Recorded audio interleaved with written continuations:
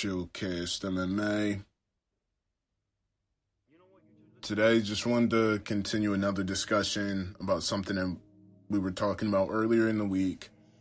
The end of year preview, looking back at the year that was in MMA, looking forward to 2020. Like I said, everyone knows by now the end of year lists, end of decade lists, they're floating around, so that's where my mind is. So like I said, just want to give you guys a little mini series on that. As always, you guys can find me on Twitter at Nixon_speaks. That's where you can contact me, email, address, things like that. I'll leave that below. So yeah, let's get right into it. All right, this is going to be part 3. And like I said, instead of just diving all over the place and trying to jump into a bunch of topics, I'm only going to jump into 1 or 2 and really try to break those down. So what's on my mind this time, I feel like one of the topics, this is, I guess, if you're keeping a list or trying to keep count, I guess officially for me, when I think back on the year that was in MMA 2019, for me, the third thing on my mind, or the big talking point, is contenders holding out longer. Or what does it mean to be a contender? Just the overall word contendership. That is the third thing on my list. I already have the ESPN UFC deal. That was the first thing I sort of went into, and DAZN, that was the second one, and how the fans react to that. But for me, when I think about the third big story about what was really on the plate this year, it was about contenders. Not a lot, I guess. A lot of the fighters on the top end of the UFC, not so much in Bellator, but this is going to be a little bit more specific to the UFC because, as we all know, they consume, roughly like 90% of the talent in MMA. This one is going to be a little bit more specific to them, and I just feel like when you think about contenders and you think about guys with belts and you think about interim belts and the UFC introducing the BMF title, there's a lot to digest, and I couldn't imagine, I try and refresh my thinking on MMA every couple of years because it's very fluid like that. It's boom and bust. And one of the side effects of that is that when it's boom, a lot of new fans that weren't there 2 years prior, like me, for instance, I knew nothing about Chuck and Tito when it went down because I wasn't a fan. But when Brock came around, that's when I was introduced to the sport, and the rest is history from there. The same thing with the McGregor era, same thing with Ronda Rousey, John Jones. When the stars come around, that's when new fans come in.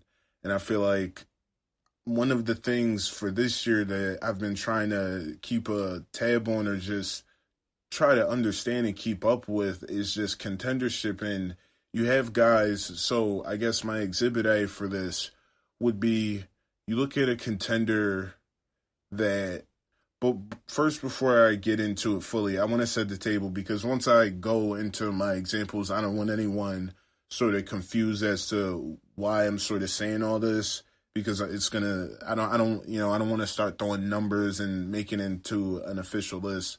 But one of the things is, like, the UFC, and this sort of ties back in, number one, the UFC, they have to pay back a huge chunk, and this goes for Bellator as well, but they have to pay back so much money over time, and so many cards are set in stone, 15 on the digital platform ESPN Plus, and then, upwards of 10 or roughly 10, depending on scheduling and things like that, on main ESPN. So that's a lot of content already set in stone, not to mention you have pay-per-view providers. Well, it just so happens to be ESPN for now, but just in general, those things have to be met because they're already set in stone. Those venues are already booked months out. It's just a matter of who's going to fight on that. When you have that, that's where you have a situation where there can be saturation, because if you know that you already have 45 cards filled out, that means that you have to have a roster that can sustain that. And so a lot of guys just get pulled in and out, and things like that happen. But now that I feel like I've set the table with that, one of my main exhibit with this is, you look at the flyweight division. How did we end up where we are with that, where the division is just in such a crazy flux right now? It's like, you look at Henry Cejudo, who's the champion right now. TJ Dillashaw was supposed to move down in weight to fight Demetrius Johnson, apparently, but Demetrius Johnson didn't want the fight. So we were going to disregard the fact, and everyone was cool with that at the time when that was on the table. Before we even get to Henry Cejudo, everyone was cool with the fact that the champion at 135 was going to jump the queue over guys like Hussier, Formega, Kai Kara-France, Nix, Dominic Cruz, and when he earned all those names. And I'm just throwing names out just to sort of prove my point, but we were going to jump all that to allow that fight to happen. You look at Jorge Masvidal and what happened with the BMF title. It's like that just came out of thin air. Never mind the fact that you can consider injuries and things like that that have nixed the fight multiple times through the years. But again, to this point of what does it mean to be a contender in MMA for 2019? And you could throw Francis in there. It's like Tony Ferguson was on a win streak. And for the longest, even when both him and Khabib were both healthy, the fight still wasn't being made. He had to take fight after fight. The fight with Anthony Pettis, he was completely healthy and looked well. And I understand that there was some controversy with him doing some weird things outside of the ring with his family and all that. And that all is like public, so I'm not saying breaking any news there. But what happened there? Why wasn't that fight made? Khabib was obviously healthy, but you have a situation where it's like fighters have to adjust to this new landscape. And this goes back to another thing that I was talking about before, buzz and promotion and analytics and things like that. The old structure is changing, it's fading away. And this year, contenders had to pay the price. Contenders definitely had to pay the price. Tony Ferguson, he's an example of that. Francis Ngannou, he's currently, as we speak, we don't know what's going to happen with him because he's frustrated. He can't get a title shot. Stipe Miocic, and I was someone that, laughed at him and was a critic. I criticized Stipe Miocic for sitting out over a year to get his rematch with Daniel Cormier. I had negative things to say with him doing that, but he did it and he got his title shot, and that's what it took. But MMA is so wild, wild west that you can't even say, okay, that's the blueprint to getting a title shot. You don't even know. You can have an interim title like a Tony Ferguson and you can get it stripped, like Colby Covington, and you can get it stripped and get it back. You fight again, even if the champ is healthy. You look at Robert Whittaker and with George St. Pierre. Love George St. Pierre to death, but and this was 2018, I do believe, but the fact that people are even considering or even putting it out there in the air for him to come back and do it with Khabib, it's like, again, we're setting up a situation where a guy can just come back out of nowhere and can just completely jump the queue. Nix any name, even if you have an interim title shot on the table, doesn't even matter. And so all of these things that I'm talking about, and everyone knows what I'm talking about, and we can go on down the line from there, and it's interchangeable. That's how widespread it's been this year. It's been so glaring.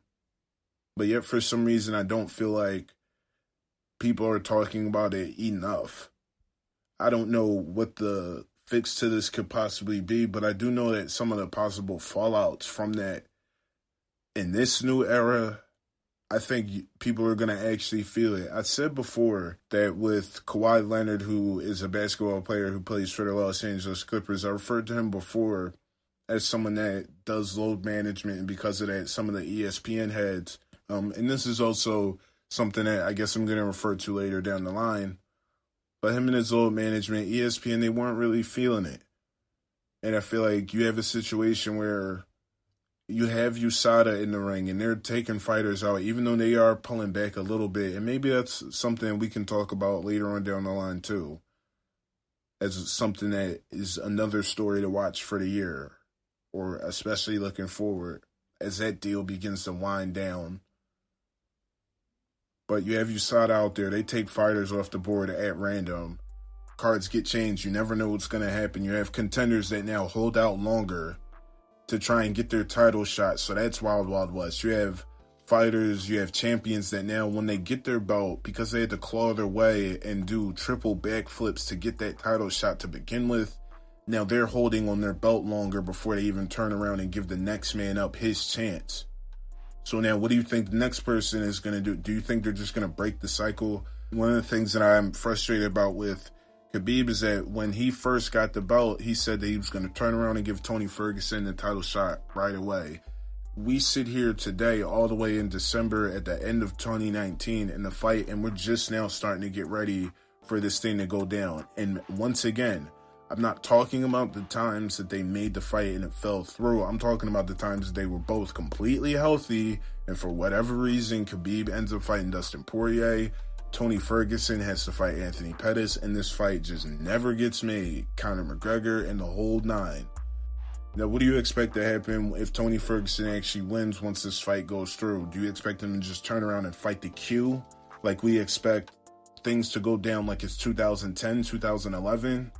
Or do you think he's just going to do what's been going on and what everyone else has been doing? MMA is very small and very copycat in that regard.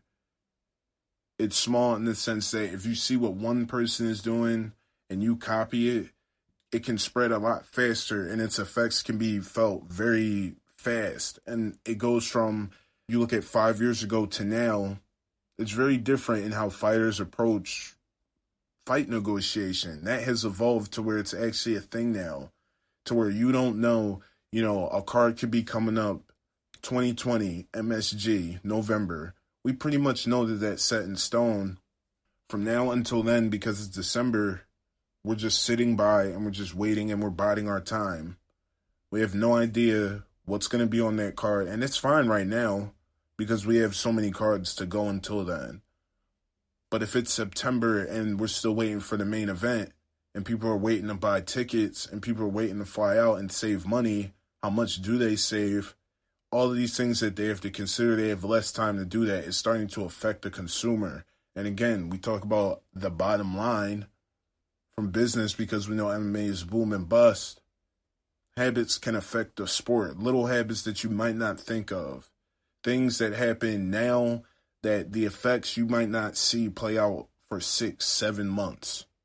Then when the MSG card gets announced and it's only 5 weeks out and it actually doesn't fully fill out, even if you do have a gangbuster main event, these are things that now you have to think about. Matchmaking, that's another thing, because last time I said something about Bellator to the tune of, I'm paraphrasing obviously, but Bellator owns the zone 30 million, so therefore the matchmaking is obviously going to be affected by that. A little bit more freak shows, a little bit more weird. Enter BMF title, Jorge Masvidal, Nate Diaz. Love the fight, thought it should have been made, but it just sucks that Jorge Masvidal and Nate Diaz, that fight had to play out under the circumstances of, we all know this is a cash grab, how this is going to be marketed, and the gangland vibes and all that. We're just going to spin it like that and put a belt in The Rock. We're just going to make that the centerpiece. We're going to have him put the belt around. It's going to be black and silver, and we're going to make it the big to-do. And it's like, you can't tell me that a move like that is not a product of the times that we're in where big money is owed to digital platforms, to these overlords, ESPN, DAZN. You can't tell me one doesn't affect the other or cause the other to change as far as matchmaking is concerned. And so because of that, moving forward, it's like I can't really get on Bellator too much because the UFC usually sets the pace on these sort of things. And now it feels like if they're all in, and my definition of all in is when you make a belt for it. When you make a belt for it and you never really fully come out and explain why, other than little tidbits here and there and a presser, and you don't fully sit down and explain this as far as importance and contribution to the sport as a whole. Because again, if you're a new fan and you're getting into this, and this has been marketed to you, because if you're getting into the sport now, you probably found out about the sport through ESPN or some channel or one of the bigger stars like Conor McGregor or Ronda Rousey, something to that tune, and that's fine. Nothing is wrong with that. I'm not trying to turn that into this, but I'm trying to think from their perspective.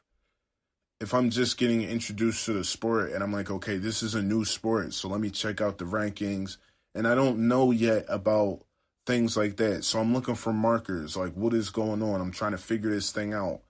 And if I see, oh, there's a new title on the line, okay, the BMF title, and I start to dig into the fighters and I learn about them, so I'm all in. But then I try and look into the implications as far as what the belt actually means for the future of the division. I figure out, oh, wait, there really isn't a division for this. They just sort of made this off the cuff, and now this is just on pay-per-view.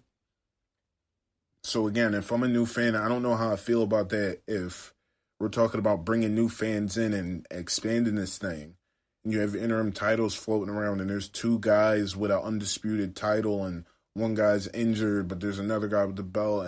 But then when both guys are healthy, they don't fight and unify it until 6 months because one guy wants to hold out because of money woes and injuries, and then USADA steps in, and now it's delayed, and it's all convoluted. It's all congested. And I feel like that's the third biggest story of the year.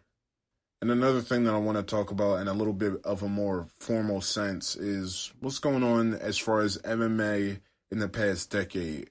What are some of the big stories when we look, as far as I'm concerned, this was the past decade where I became a fan. So this is my first decade in MMA. So I guess that could be a story. Obviously, I'm not going to make it there, but I just want to sort of look at this past decade and what are some of the major stories that people are going to look at when they look at this sport from 2010 to 2020. So, all right, the first story of the decade that I wanted to talk about, and I feel like is the biggest one. I've already talked about it in a small sense, but I just want to talk about it in a more timeline and sort of talk about how we got here in a grander sense. And that's MMA broadcasting and its evolution over time. Everyone remembers Bellator 38, 39, which was in Connecticut on MTV2, and and MMA had funny little shoulder programming back then, and fights were on YouTube, and you really had to find highlights of Pride. And I remember finding out about people like Fedor after going on different websites and platforms and the various underground. And I remember when grappling shows and all of that, trying to do competitions, you would have to drive miles. Now it's, there's McDojos all over the place. Everyone knows that. But it used to be, MMA was a lot more niche. And when you look at the broadcasting side of it, how did you get your fights? Everyone remembers guys like Kimbo Slice and The Ultimate Fighter, and all those seasons, they were on Spike. And Bellator, they went from MTV, they went to Spike, and UFC, they went from Spike to Fox, Fox to ESPN. A lot's happened when we watch the fights happen. How fighters, as far as we want to talk about broadcasting, that means we can talk about advertising. The value, or at least the UFC has argued that the value of in-cage sponsorships has risen over time due to the fact that, the sport has gotten popular as the UFC has gotten popular. And so a way to sort of limit that is with the Reebok deal. So we can, and that can bring up a conversation about what the Reebok deal has to do with all of this. It's a very expansive conversation, but at its root, why did I say this is the biggest story of the decade? Because how we consume fights, it's changed completely. It's gone from the TV into our hands, literally, on our cell phones, on our laptops, desktops, smart TVs. It's all changed. Apps, having to remember which password, instead of having to pay through your cable provider and just put up with a bunch of ads through that. Now you can just pay the $5, watch the card online, pay the $65 via ESPN. How you consume fights, it's all changed over the past decade. Bellator from Spike, from MTV to Spike. Does anyone remember Bodog fight? That's just another thing that I'm talking about, just how we consume fights. WEC, FX, Fuel, these are all channels and things that are like gone. And so broadcasting has changed. We talk about consolidation as we look forward from 2020 and beyond. To think that that won't affect this era as well, I think that's a little bit bullish.